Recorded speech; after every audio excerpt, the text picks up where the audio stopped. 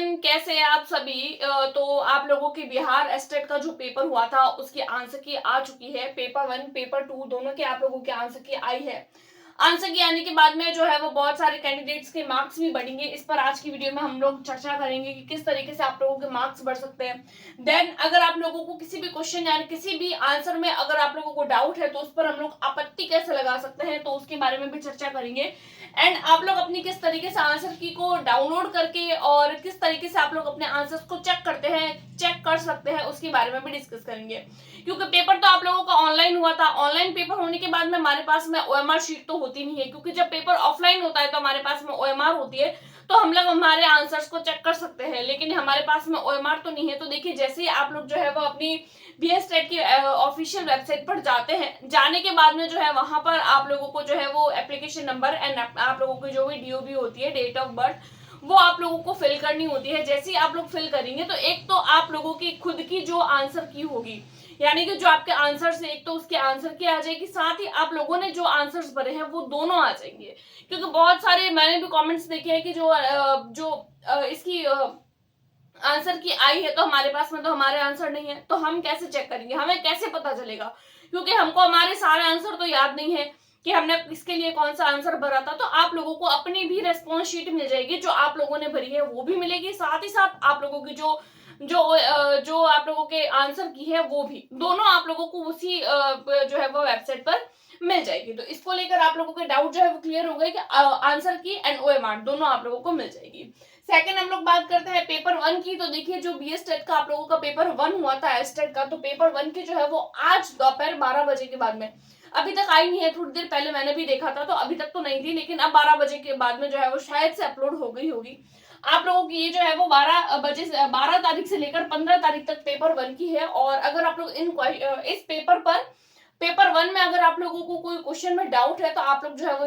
इसको लेकर जो है वो आपत्ति भी लगा सकते हैं। तो पेपर 1 की आप लोगों को 12 तारीख से 15 तारीख तक के बीच में ही दिखेगी आप लोगों को आंसर की। तो आप लोगों को इस टाइम के बीच में ही अपने जो है वो आंसर चेक करने होंगे और आपत्ति भी आप लोगों को इस टाइम ड्यूरेशन के बीच में ही लगानी होगी। देन हम लोग बात करते हैं बीएस टेट के पेपर 2 की। तो इसकी आंसर की आप लोगों को 17 तारीख को देखने को मिलेगी एंड 20 तारीख तक आप लोग इसका चेक कर सकते हैं। और आपत्ति भी आप लोग पेपर 2 के लिए 17 तारीख से लेकर 20 तारीख तक कर सकते हैं। तो ये तो हो जाते हैं हमारे आपत्ति को लेकर। उसके बाद में हम लोग देखते हैं कि हमारे मार्क्स बढ़ेंगे, कैसे बढ़ेंगे हमारे मार्क्स, तो उसको लेकर हम लोग चर्चा करते हैं। तो देखिए, जैसे हमारा कोई पेपर होता है, पेपर होने के बाद में क्या होता है, हर कोई एक जो भी यूट्यूब चैनल होता है या फिर कोई भी जो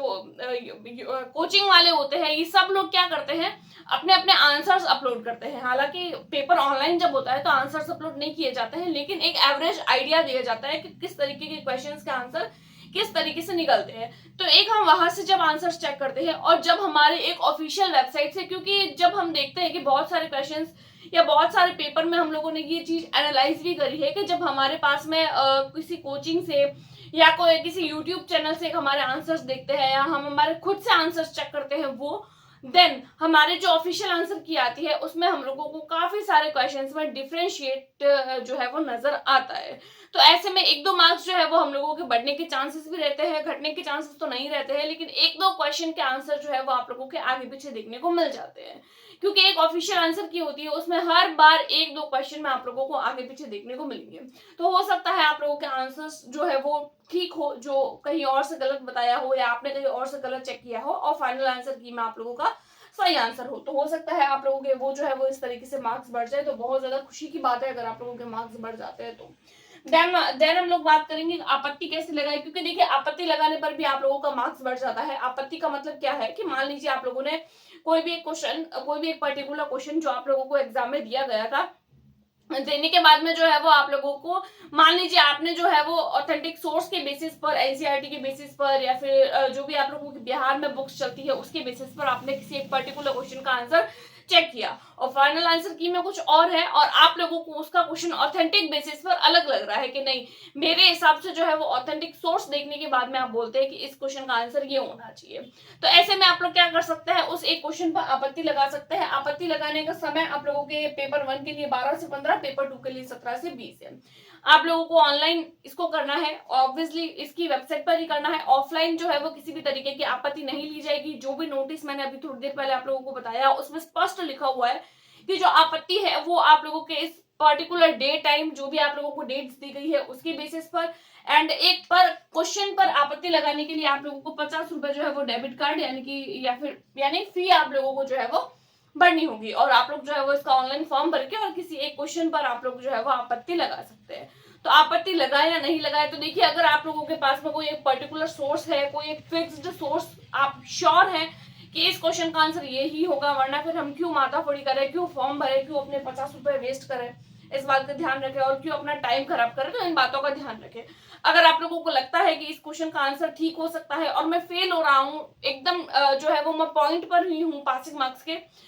मार्क्स के मैं एकदम पॉइंट पर ही हूँ और मेरे फेल होने का चांसेस है, तो उस टाइम पे आप लोग आपत्ति लगा सकते हैं। अगर आप लोग पास हैं और अगर आप लोगों को जो है वो पासिंग मार्क्स से काफी अगर आप लोग ऊपर है, तो आप लोगों को आपत्ति लगाने की किसी भी तरीके की कोई जरूरत नहीं है, क्योंकि ये भी एक एलिजिबिलिटी क्राइटेरिया का ही एग्जाम है,